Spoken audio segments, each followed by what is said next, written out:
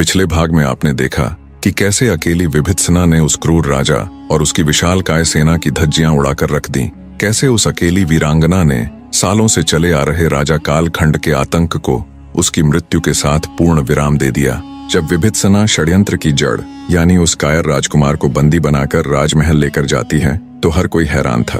किसी को भी विश्वास ही नहीं हो रहा था कि एक अकेली स्त्री ने इतने बड़े राजा और उसकी विशालकाय सेना को यूं चुटकियों में खत्म कर दिया। राजकुमारी को जब ये पता चला कि उसका सौतेला भाई ही उसका सौदा करके उसे राजा कालखंड के हवाले करना चाहता था तो आश्चर्य के साथ साथ मारे गुस्से के उसका हृदय धधक उठा। कुछ पल के लिए अपने गुस्से पर काबू पा विभित्सना की तारीफ करते हुए कहा कि ये तो हमें आश्रम के दिनों से ही ज्ञात था कि तुम कोई साधारण मनुष्य नहीं हो। मुझे फक्र है कि तुम मेरी सखी हो। अगर आज तुम ना होती तो मेरे ये अपने ही मुझे हलाल करने वाले थे। फिर राजकुमारी ने अपनी सखी यानी महासेनापति विभित्सना से पूछा कि अब उसके सौतेले भाई के साथ क्या करना चाहिए। तब विभित्सना बड़े ही गंभीर स्वर में राजकुमारी से बोली, राजकुमारी जी, आपको इस नीच मनुष्य को कदापि नहीं बख्शना चाहिए। मेरे मत से तो आपको इसे केवल और केवल मृत्यु दंड ही देना चाहिए, क्योंकि ये वो विषैला सांप है जो मौका मिलने पर दोबारा आपको डसने आएगा। आपको न केवल इसे मृत्यु दंड देना चाहिए बल्कि इसकी मृत्यु को ऐसी मिसाल बना देना चाहिए कि फिर कभी कोई आपके साथ गद्दारी करने की सपने में भी न सोचे। विभित्सना की बात उचित जान राजकुमारी ने तुरंत सेना अध्यक्ष को हुक्म दिया कि समस्त राज्य में घोषणा करवा दो कि कल सायंकाल को राजकुमार रुद्रसेन को उसकी द्रोहकारिता के दंड स्वरूप नगर के मध्य चौराहे पर फांसी दी जाएगी। राजकुमारी के आदेश अनुसार पूरे राज्य में ढिंढोरा पिटवा दिया गया। जब ये खबर रानी त्रिलोचना को पता लगी तो उसके पैरों नीचे से जमीन खिसक गई। वो आनन फानन में भागी भागी राजकुमारी रुद्रलेखा के पास गई और हाथ जोड़कर करुणामयी स्वर में बोली, ये मैं क्या सुन रही हूँ बेटी? क्या तुम अपने ही भाई को मृत्यु की सजा दोगी? माना कि उसे गलती हुई है, पर क्या इतनी निष्ठुर दंड व्यवस्था उचित है? सौतेला ही सही, पर है तो वो तुम्हारा भाई ना। उसके अंदर भी वही खून है जो तुम्हारे अंदर है। अपनी सौतेली माँ को कठोरता से जवाब देते हुए राजकुमारी रुद्रलेखा बोली, क्षमा कीजिए माताश्री, पर अब उसकी सजा की घोषणा हो चुकी है और आप उसके इतने बड़े गुनाह को गलती का नाम कैसे दे सकती है? सौदा किया था उसने मेरा उस दुष्ट राजा के साथ। महारानी त्रिलोचना अपनी सौतेली बेटी के आगे बहुत गिड़गिड़ाई, पर राजकुमारी के ऊपर उसके गिड़गिड़ाने का कोई फर्क नहीं पड़ा। खून के आंसू रोती हुई रानी त्रिलोचना तिलमिलाकर रह गई। घोषणा अनुसार तय समय पर राजकुमारी रुद्रलेखा ने अपने सौतेले भाई को बीच चौराहे पे फांसी से लटका दिया। रानी त्रिलोचना खून के आंसू रोती रह गई। अपने इकलौते जवान बेटे की मौत को वो किसी भी तरह हजम नहीं कर पा रही थी। टुकड़े टुकड़े हो चुके हृदय के साथ वो अपने बेटे की खाक हो चुकी चिता के पास जाती है और उसकी राख अपने माथे पर मलती हुई ये घोर प्रतिज्ञा करती है कि वो एक दिन राजकुमारी रुद्रलेखा के अंत का कारण बनेगी। अब उसके जीवन का केवल एक ही मकसद है, राजकुमारी रुद्रलेखा की दर्दनाक मौत। प्रतिशोध की अग्नि में जल रही रानी त्रिलोचना अपने बूढ़े हो चुके पिता यानी राजा त्रिलोचन सिंह के पास जाती है और उनसे मदद की गुहार लगाती है। यूं अपनी बेटी को तड़पता देख उसका पिता बोला, क्षमा करना पुत्री, मेरी देह अब वृद्ध हो चुकी है। अब मेरे अंदर इतनी ताकत नहीं कि मैं अरण्यपुर राज्य के ऊपर हमला कर सकूं, पर अगर मैं युवा भी होता तो भी शायद राजकुमारी रुद्रलेखा का कुछ नहीं बिगाड़ पाता, क्योंकि उसके साथ वो मायावी विभित्सना जो ठहरी वो कोई साधारण स्त्री नहीं है, वो तो साक्षात मृत्यु है, जिस अकेली ने कुछ ही देर में शक्तिशाली राजा कालखंड का उसकी विशालकाय सेना के साथ संहार कर दिया। वो कोई साधारण स्त्री कैसे हो सकती है? अंततः बेटी, रुद्रसेन की मृत्यु को भाग्य का लिखा समझकर भूल जाओ, इसे नियति का खेल समझकर संतोष कर लेना। पिता की बात सुन रानी त्रिलोचना असहाय सी हो शून्य में निहारने लगती है। स्वतः ही उसकी आंखों से टप टप आंसू गिरने लग जाते हैं। अपनी बेटी की ऐसी हालत देख राजा त्रिलोचन कुछ सोचता हुआ बोला, एक रास्ता है तो बेटी, पर वो बहुत कठिन है और उसमें भी निश्चित नहीं है कि तुम्हें तुम्हारा मकसद मिल ही जाएगा। पिता की बात सुन रानी त्रिलोचना के अंदर एक छोटी सी उम्मीद जगी। बेसब्र सी होती हुई वो तुरंत अपने पिता से बोली, कोई भी रास्ता हो पिताजी, आप मुझे बताइए तो सही। मुझे जो करना होगा मैं करूंगी, चाहे इसके लिए मुझे खुद की बलि ही क्यों ना देनी पड़े। यूं अपनी बेटी को अपने मकसद के लिए उतावला देख राजा त्रिलोचन बोला, बेटी सीधे सीधे तुम तो क्या कोई भी राजकुमारी रुद्रलेखा का कुछ भी नहीं बिगाड़ पाएगा। अगर तुम जंगलों और श्मशानों में रहने वाले किसी अघोरी को अपने मकसद के लिए राजी कर लो तो कुछ हो सकता है, पर उनका कोई भी ठिकाना नहीं होता। वो तुम्हें कहाँ मिलेंगे इसका मुझे भी कुछ नहीं मालूम। पिता की बात सुन रानी त्रिलोचना के हृदय में उम्मीद की एक किरण नहीं बल्कि पूरा सूर्य जाग उठा था। अब उसे रास्ता मिल चुका था। उसे पता था अब आगे क्या करना है। रानी त्रिलोचना अपने पिता के शब्दों को हृदय में संजोए वापस अरण्यपुर लौट आई। उसके मन में अब एक ही लक्ष्य था, एक सिद्ध अघोरी की खोज करना जो रुद्रलेखा के विनाश में उसका सहायक बन सके। रानी ने गुप्त रूप से अपने विश्वस्त सेवकों को निकटवर्ती घने जंगलों और श्मशान घाटों में भेजा ताकि किसी सच्चे अघोरी साधु का पता लगाया जा सके। किंतु दिन बीतते गए और कोई भी सफलता नहीं मिली। एक रात जब लाल चंद्रमा आकाश में चमक रहा था तब रानी खुद चुपके से राजमहल से निकलकर एक श्मशान जा पहुंची। शायद आज किस्मत भी रानी त्रिलोचना के साथ थी। देखा तो धुंध और धुएं के बीच मानव खोपड़ियों से सजे एक वृक्ष के नीचे एक बिल्कुल नग्न अघोरी बैठा था जिसकी आंखें खून सी लाल थीं। हिम्मत करके रानी उसके पास गई और प्रणाम करती हुई बोली, हे महासिद्ध, मैं त्रिलोचना अरण्यपुर की रानी आपकी शरण में आई हूँ। मेरे पुत्र की बड़ी ही निर्ममता से हत्या कर दी गई। मुझे प्रतिशोध चाहिए महाराज। अब केवल आप ही हैं जो मेरी मदद कर सकते हैं। रानी त्रिलोचना की बात सुन अघोरी ने भयंकर स्वर में हंसते हुए कहा, तू क्या समझती है कि हम तुम्हारे घरेलू झगड़ों का हल करने के लिए यहाँ बैठे हैं? पागल स्त्री, हम अघोरी हैं, मृत्यु और श्मशान के भोगी। अघोरी साधु की बात सुन कुछ क्षण के लिए रानी त्रिलोचना सकपका गई। उसे कुछ भी बोलने के लिए न सूझा। फिर बड़ी हिम्मत करके रानी ने अपने टूटे हुए हृदय का दुख अघोरी के सामने उगल दिया। मैं वो कुलक्षणी, वो अभागी स्त्री हूँ जिसकी आंखों के सामने उसके जवान पुत्र को फांसी पर लटका दिया। उस बेचारे का दोष सिर्फ इतना था कि उसे अपना हक चाहिए था। जैसे हर पुत्र को अपने पिता का सर्वस्व मिलता है, वैसे ही उसे भी अपने पिता का उत्तराधिकारी बनना था। पर बेचारे को राजगद्दी नहीं बल्कि मौत मिली महाराज। मुझे सोते जागते हर समय अपने पुत्र की वो जलती हुई चिता दिखाई देती है बाबा। मुझ अभागन का जीवन मृत्यु से ज्यादा दुखदाई हो गया है। मैं बड़ी ही उम्मीदों के साथ आपके पास आई हूँ। आप मुझे यूं खाली हाथ नहीं लौटा सकते। आप जो कहेंगे वो मैं दूंगी। धन दौलत, हीरे जवाहरात, सोना चांदी, अगर आप कहें तो मैं खुद के प्राण भी दे दूंगी। रानी त्रिलोचना की बात सुन कुछ देर तक अघोरी बिल्कुल मौन बैठा रहा। फिर बोला, ठीक है, अगर तेरी यही इच्छा है, तू यही मार्ग चुनना चाहती है, तो कल आधी रात को तुझे फिर से यहाँ आना है। मैं देखता हूँ तेरे लिए क्या कर सकता हूँ। अघोरी तांत्रिक से आश्वासन मिलने पर रानी त्रिलोचना वापस राजमहल लौट आती हैं। अब उसे इंतजार था तो बस कल का। बदले की आग में जल रही रानी को कुछ सुकून मिला। सोचा, अब मेरे पुत्र की मृत्यु का बदला पूरा हो जाएगा। पर रानी त्रिलोचना इस बात से बिल्कुल बेखबर थी कि अनजाने में वो किसे न्योता दे रही है। उसे ये बिल्कुल भी ज्ञात नहीं था कि वो मौत से खेल रही है। जिस अघोरी से वो मिलकर आई थी वो कोई साधारण अघोरी नहीं था। वो उस दुष्ट दानव त्रैलोक्यसुर का भक्त था जो हमेशा उसी की साधना करता था। रानी त्रिलोचना के जाने के बाद वो तांत्रिक अघोरी अपनी साधना शक्ति से हजारों मील दूर अपने गुरु, अपने भगवान यानी उस दुष्ट दानव त्रैलोक्यसुर के पास गया और कहा, महाराज, यहाँ से हजारों मील दूर अरण्यपुर नामक एक राज्य है। वहाँ की रानी अपने पुत्र की मृत्यु का बदला लेने के लिए तड़प रही है। किसी तांत्रिक को खोजते खोजते वो मेरे पास चली आई। वो चाहती है मैं उसकी सौतेली बेटी का वध कर दूं। उसके बदले वो कुछ भी देने को तैयार है। कुंवारी लड़कियों के भूखे दरिंदे त्रैलोक्यसुर ने जब उस तांत्रिक अघोरी की बात सुनी तो उसकी आंखें चमक उठीं। मन में कुछ विचार करते हुए दैत्य त्रैलोक्यसुर अपने शिष्य यानी उस अघोरी तांत्रिक से बोला, तुम बड़ी अच्छी खबर लेकर आए हो। हम जरूर उस रानी का कष्ट दूर करेंगे। अपने उस शिष्य के साथ वो दुष्ट दानव अरण्यपुर से कुछ दूर स्थित उस श्मशान में आ पहुंचा जहां कल रानी त्रिलोचना आने वाली थी। इधर जैसे तैसे रानी ने रात काटी और फिर दिन। जैसे ही आधी रात हुई वो फिर से उस तांत्रिक के बुलावे पर श्मशान जा पहुंची। रानी को आया देख अघोरी तांत्रिक खुश हो गया और उसको लेकर शमशान में बनी अपनी कुटिया के अंदर चला गया। अंदर जाकर जब रानी त्रिलोचना ने दैत्य त्रैलोक्यसुर को देखा तो उसके प्राण सूख गए। इतना भयंकर और इतना विशालकाय जीव उसने पहली बार देखा था। रानी को घबराया देख वो तांत्रिक बोला, घबराओ मत बालिके, ये मेरे गुरु त्रैलोक्यसुर है। यही है जो तुम्हारा कष्ट दूर करेंगे, पर बदले में इन्हें भी तुमसे कुछ चाहिए। तांत्रिक की बात सुन रानी त्रिलोचना बोली, महाराज, इन्हें जो भी चाहिए होगा वो मैं दूंगी।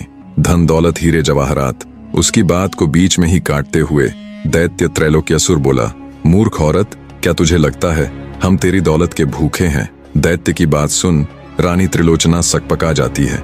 आगे दैत्य त्रैलोक्यासुर बोला, मुझे धन दौलत नहीं बल्कि हर रात एक सुंदर और कुंवारी लड़की की भेंट चाहिए, और इस बात का ख्याल रहे लड़की पवित्र होनी चाहिए। दैत्य त्रैलोक्यासुर की बात सुन रानी त्रिलोचना के होश उड़ जाते हैं। उसके पैरों नीचे से जमीन खिसक जाती है। उस तांत्रिक की तरफ देखकर रानी हकलाते हुए बोली, मगर बाबा, मैं हर रोज कुंवारी कन्या कहाँ से लाऊंगी? रानी की बात सुन तांत्रिक बोला, अरे मूर्ख स्त्री, जब मेरे महामहिम तेरी सौतेली बेटी को ही खत्म कर देंगे तो राज्य को संभालने वाला कौन बचेगा? कौन होगा जिसके हाथ में पूरे राज्य की बागडोर होगी? तुम होगी। संपूर्ण अरण्यपुर पर तुम्हारा शासन होगा, और एक रानी के लिए हर रोज एक कुंवारी लड़की का इंतजाम करना कौन सी बड़ी बात है? तांत्रिक की बात सुन रानी त्रिलोचना की आंखें चमक उठीं। ये तो कभी उसने सोचा ही नहीं था कि राजकुमारी रुद्रलेखा की मृत्यु के बाद सब कुछ उसी का होगा। वहीं संपूर्ण राज्य की महारानी बनेगी। खुद को रानी बनने की कल्पना मात्र से ही रानी त्रिलोचना सिहर उठी। उसने हर्षित होते हुए तांत्रिक को वायदा किया कि वो हर रोज वायदे के मुताबिक एक पवित्र कुंवारी कन्या को महामहिम दैत्य त्रैलोक्यासुर के पास भेज दिया करेगी। इस तरह रानी त्रिलोचना दैत्य त्रैलोक्यासुर की बातों में आ जाती है। दैत्य त्रैलोक्यासुर, जिसे हर रोज अपने शिकार के लिए बाहर जाना पड़ता था, अब उसे उसका शिकार बैठे बिठाए ही मिल जाया करेगा। रानी त्रिलोचना खुशी खुशी वापस राजमहल लौट आती हैं। कहाँ वो अब तक सिर्फ बदले की ही सोच रही थी, और कहाँ अब वो संपूर्ण राज्य की रानी बनने वाली थी। कल्पना मात्र से ही उसका रोम रोम सिहर उठता है। अब बस उसे इंतजार था तो बस इस बात का कि कब वो दैत्य राजकुमारी रुद्रलेखा को अपना शिकार बनाएगा। उधर दैत्य त्रैलोक्यासुर भी उचित अवसर की तलाश में रहने लगा, और जल्दी ही वो दिन आ भी गया। एक दिन राजकुमारी रुद्रलेखा ने विभित्सना से कहा कि आज उसका शिकार पर जाने का मन है। राजकुमारी की बात सुन बिना किसी आपत्ति के विभित्सना बोली, ठीक है राजकुमारी जी, चलो फिर। राजकुमारी रुद्रलेखा बोली, नहीं सखी, आज हम अकेले ही शिकार पर जाना चाहते हैं। विभित्सना ने मना किया, पर राजकुमारी अपनी जिद पर अड़ी रही। कहते हैं ना, जब होने का समय आता है तो उसे कोई टाल नहीं सकता, वो तो होकर ही रहती है। अंततः कुछ सिपाहियों के साथ विभित्सना ने राजकुमारी रुद्रलेखा को शिकार पर जाने की इजाजत दे दी। बेशक वो राजकुमारी थी, पर हर छोटे से छोटा काम भी वो अपनी सखी विभित्सना से पूछकर ही करती थी। विभित्सना भी बचपन से ही इतना आदर और सम्मान मिलने के कारण राजकुमारी रुद्रलेखा को जान से भी ज्यादा चाहती थी। इसलिए वो राजकुमारी रुद्रलेखा की इतनी फिक्र करती थी।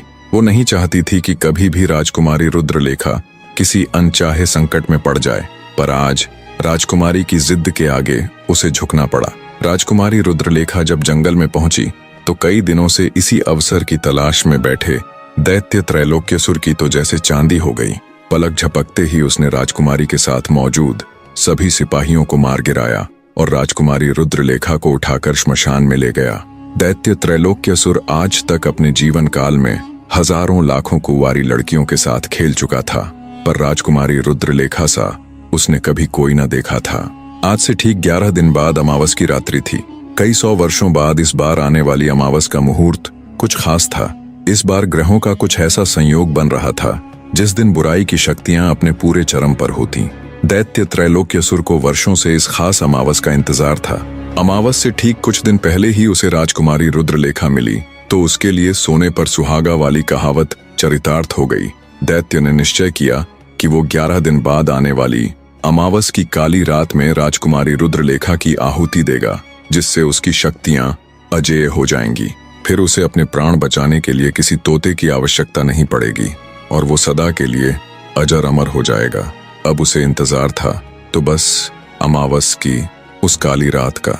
उधर जब शाम होने तक भी राजकुमारी रुद्रलेखा वापस राजमहल नहीं लौटी तो विभित्सना को उसकी चिंता सताने लगी।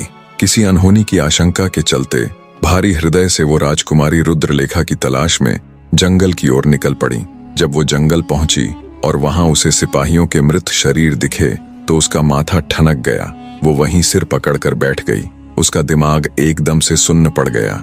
उसके मन में तरह तरह के अनचाहे विचार आ रहे थे कि राजकुमारी रुद्रलेखा के साथ पता नहीं क्या हुआ होगा। अपनी तंत्र विद्या से राजकुमारी रुद्रलेखा के शरीर की गंध का पीछा करते करते वो श्मशान तक जा पहुंची, जहां वो दुष्ट राक्षस राजकुमारी रुद्रलेखा को उठाकर ले गया था। श्मशान में पहुंचने पर जोर जोर से राजकुमारी को आवाज लगाते हुए विभित्सना उसे वहां खोजने लगी।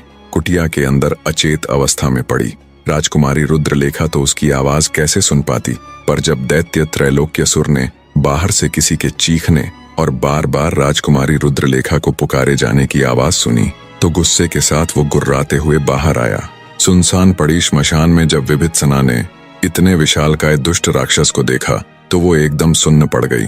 आज से पहले उसने इतना विशाल और खतरनाक जीव पहले कभी ना देखा था। आश्रम के दिनों में छोटे मोटे दानवों से उसका पाला जरूर पड़ा था, पर ऐसा कुछ उसने पहले कभी ना देखा था। उसको देखते ही विभित्सना को समझते देर न लगी कि हो न हो सब इसी का किया धरा है। गर्जना करते हुए विभित्सना उस दुष्ट दानव से बोली, कौन है तू? किस लिए आया है यहाँ? और क्या किया तूने मेरी सखी के साथ? कहाँ है वो? एक पिद्दी सी लड़की को यूं अपने सामने गरजते देख दैत्य त्रैलोक्यसुर बोला, उसे तो मैंने कब का खत्म कर दिया, अब तेरी बारी है। ये कहते हुए वो राक्षस विभित्सना की तरफ बढ़ने लगा। उस विशाल दानव को अपनी तरफ बढ़ते देख विभित्सना ने दैत्य त्रैलोक्यसुर के ऊपर अपने अभेद्य बाणों से वार किया, पर उस दुष्ट दानव के ऊपर विभित्सना द्वारा छोड़े गए बाणों का कोई असर न हुआ। उल्टा गुस्से से दहाड़ता हुआ दानव बोला, ओ तो शस्त्र विद्या भी जानती है तू, पर भिड़ी होगी आज से पहले किसी छोटे मोटे योद्धा से। दानव आगे कुछ कहता उससे पहले ही विभित्सना दहाड़ती हुई उसकी तरफ झपटी और अपनी तलवार से अपनी संपूर्ण शक्ति के साथ दैत्य पर प्रहार किया।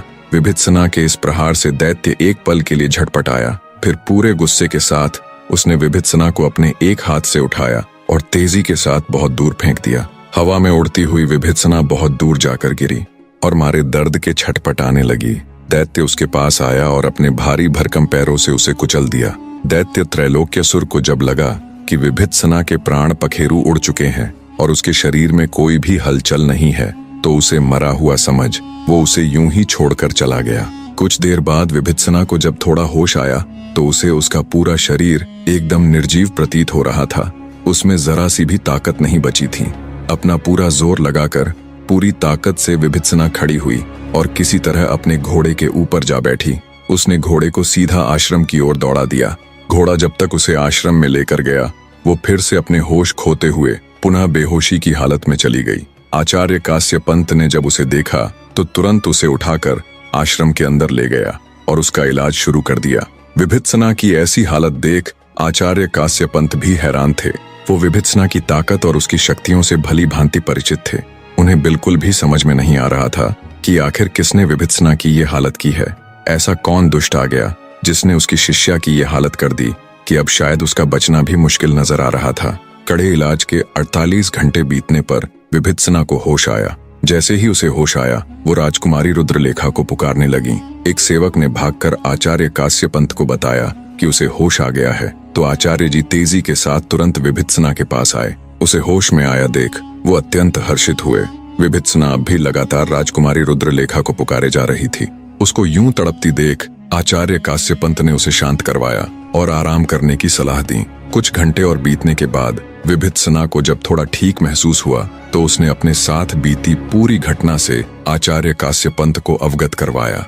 पूरी बात जानकर आचार्य कास्य पंत घोर चिंता में डूब गए।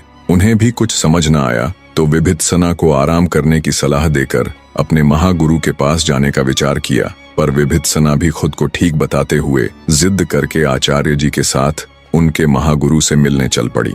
कुछ ही समय में आचार्य कास्य पंत विभित्सना को ले पहाड़ी पर स्थित अपने महागुरु की कुटिया में पहुंच गए।